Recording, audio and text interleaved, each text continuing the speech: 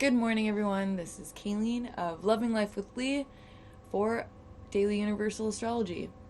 Hope you guys are doing well. And gosh, I got a bunch done yesterday. I've got a couple of awesome intro videos. I'm super excited to share with you, more like trailers or eye-catching intros that I hope will give people a kind of inner idea about what the different categories of interest are that I will be talking about on my channel at YouTube for Universal Astrology, which does have its separate channel. I will state I kept my Loving Life with Light channel because I have vlog episodes on there. I have some videos of my daughter and things, and so I just wanted to keep that one more for energy wellness and my journey and my personal journey.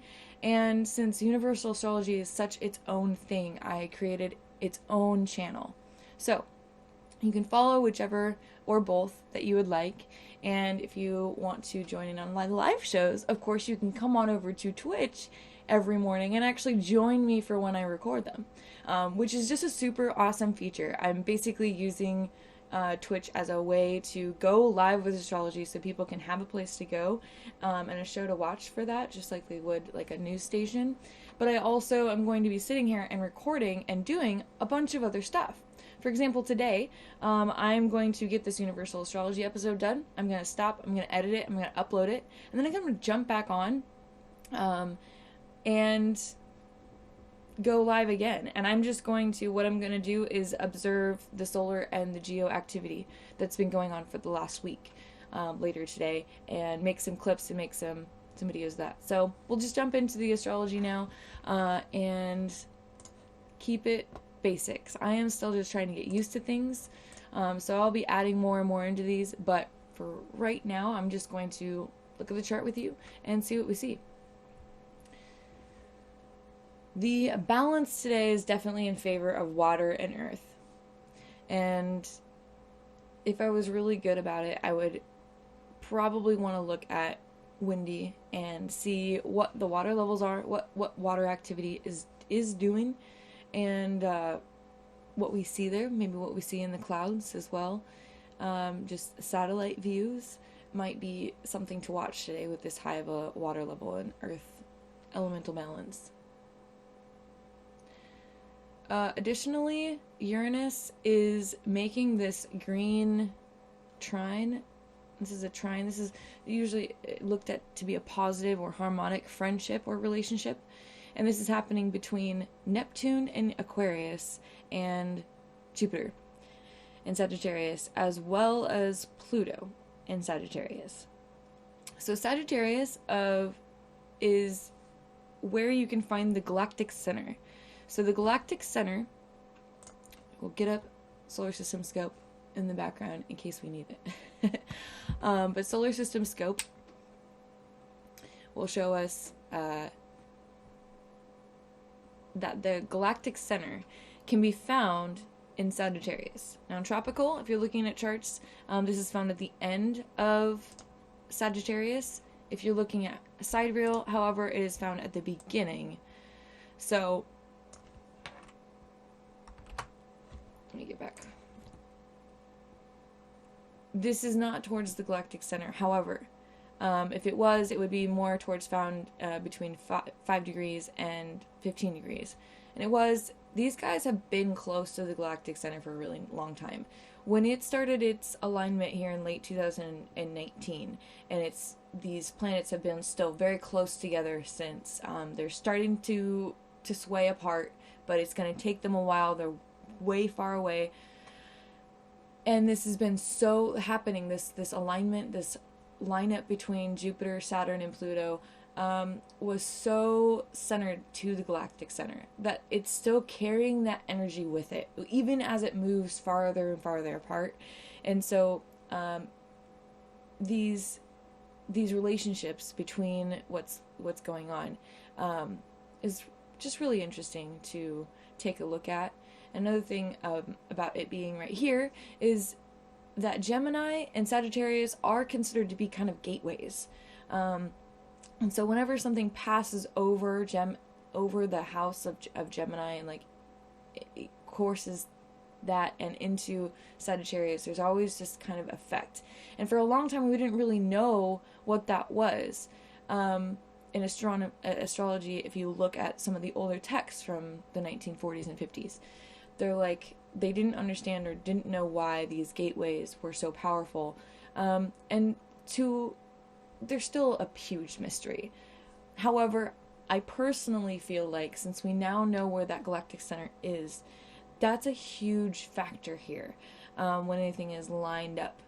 And I think it follows through all the way over to Gemini. And if you look at the wheel and you find opposites, if you learn anything about horoscope or relationship astrology, or you do comparisons, or you've ever plopped you and your partner's name in one of those ads or whatever to see if you're compatible in astrology, what they're looking at is to see what your aspects are. And oppositions get this bad rap, right? Like, opposites attract, but also like they don't get along, da da da da. I've always found such balance between the opposition from one side of the galaxy to the other that we're in. And we can see that really, really well in Sagittarius and Gemini if you think about it. They're both very outgoing, expressive, explosive even. But Gemini is explosive of the mind. It's about learning and schooling.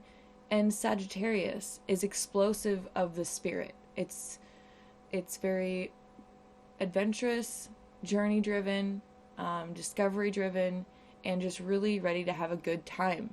And Gemini likes to have fun as well. In personality, these characters are usually very high-spirited and but gentle to its others, but also very ingenious in a lot of ways. And Sagittarius is also ingenious, but in a survival, instinctual, driven, passionate way. So just a little bit about that, because we're having a lot of energy in that area, a lot of alignment with what's going on with Mercury hidden by the sun we looked at yesterday in yesterday's episode. So I'm just bringing this up because Neptune being in Aquarius is really in power in Aquarius. Neptune is definitely okay sitting here in Aquarius. It likes to be there. And it's making this trine over there. So we'll see what this brings, because who knows? With Neptune, who knows what's going to happen or what's really under the veil or within the matrix at this time. But at this moment, Neptune is definitely making some kind of arrangement with Jupiter to pull it out, because Jupiter and Pluto are also dealing with these squares from Mars in Pisces, and we know how Mars feels in Pisces. He's swimming, and this is a really big challenge for Mars. And we can see that with this red square over to Jupiter and Pluto. It's just difficult. And Pluto a lot of the time deals with power. Within ourselves, it deals with our personal power. You know when you have a inner war with yourself? We all do that, right? And that's an interpersonality war that happens, and it's really kind of planetary. But usually that inner power that wins every argument can be attributed to your Plutarian personality. It is the one that knows, that is, and that does. But it's also the one that knows its time and place. If you're anything like myself, I do have some inner battles, but I have these inner persons who are very calm about things. I'm a very big picture oriented person, so my inner power isn't like an authoritarian type. It's not like you have to do this. It's more of like a grandfather figure that comes in, and once my Plutarian personality decides to come in and make a decision, it's made instantaneously. There's a internal vote that goes on, and instantly Grandpapa personality Pluto inside of me comes in and knows what has to be done, regardless of how fun it's not gonna be. Right? There is no let's not and say we did with Grandpapa's personality in there saying, hey, you have to do this thing. So Plutarian power really is the inside voice, and so a lot of times astrologers look at Pluto and attribute to it government and political power and things like that for financial and political astrology, which I'm really not into. So that's an aspect or a type area of Pluto that I'm not really involved with very heavily, honestly. But I can see that Pluto, when it's aspected to certain things, really does give a spark of power to certain things. And it's really not just attributed to societal power structures like governments. It definitely can be, and we see that a lot when we look at things big picture, how much of a power struggle Pluto brings. So just a little bit about that. And so Pluto, personal power, squaring Mars that's swimming in water, like you don't have any personal power when Mars is swimming in Pisces. Pisces is just keep swimming, just keep swimming, swimming, just keep dreaming, just keep dreaming, just keep dreaming, dreaming. It's the last one around. It is the most advanced in a way because it's been all the way around the cycle. It's the mature enough to know that the cycle just continues. It's almost like Pisces is bringing everything back together and just letting it go back to its beginning, back to the abyss, back to what it was. And then when it's reawoken into Aries energy again, it's all new again. So Pisces is this kind of in-between dreaming where you kind of remember but you kind of don't. You kind of have, if you're in like astral dreaming at all, I know some people who can astral dream travel. I know it's a thing. I don't practice it or recommend it myself. I'm just saying that it's kind of like an in-between state where some people actually have somewhat control over their dreams, but they might have control over themselves, but they may not have control over the dream itself, even though the dream is their dream and they're in the dream. And well, here we are in Pisces territory, really just where we are never going to, maybe not never, I should never say never. We can't prove what's going on with dreams still. We don't know. We have a pretty good idea. We have a pretty good synthesized theory about what dreaming is, as science can inform us of, as well as the spiritual, gurus can further explain in great detail nowadays. I've read a lot of Edgar Cayce's work. I've read a lot of that type of stuff.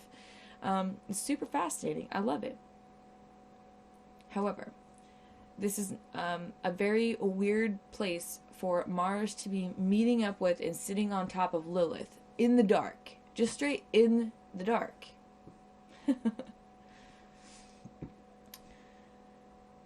Alright.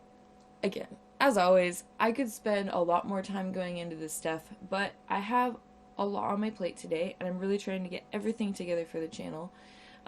So there's a little bit about what's going on with this chart today. I'm going to skip through the hours here and see what else kind of happens.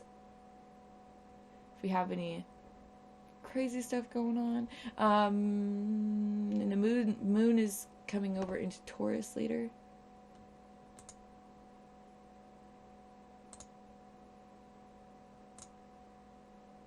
That's a really interesting shape.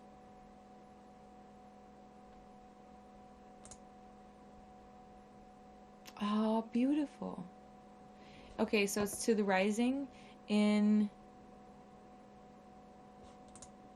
you know what? We're gonna have to come back to this because we've got Mars rising in Scorpio, trining the Sun and Mercury. So we might have some kind of activity happen at, this is 4 p.m. my time. So 4, 5, 6, 7, 8, 9, 10, 11. So I'll just throw out there for those who watch solar and earth activity that this might indicate something happening with the Sun and Mars. It's still really, really balanced towards water though, not fire, but earth is really heavy. So we might see, I haven't looked at earth activity. That's what we're going to be looking at today. So we may see this chart again because we might have something there. Okay, let's continue on. So this is hour 16. Okay.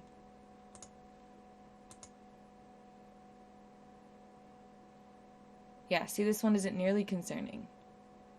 We see, you know, another couple of trines here and stuff, but nothing like that other one that I was seeing. That was just something from astrometeorology interest that I noticed. I would like to point out for my fellow observers.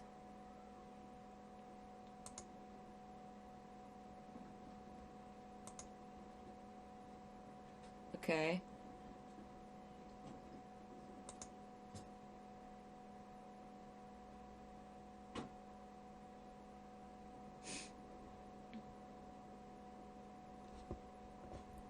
That one's also kind of an interesting shape we have going on with the aspects. Alright, so that's today really. We've got one more hour to go, and we're, for a lot of people, into tomorrow. So this is, again, just a beautiful shape. This is happening between the sun and Mars and all this powerful stuff. So we might have a busy day today. We'll see. I'm going to be able to cover part of it. Alright. Well, thank you for watching. I hope you have a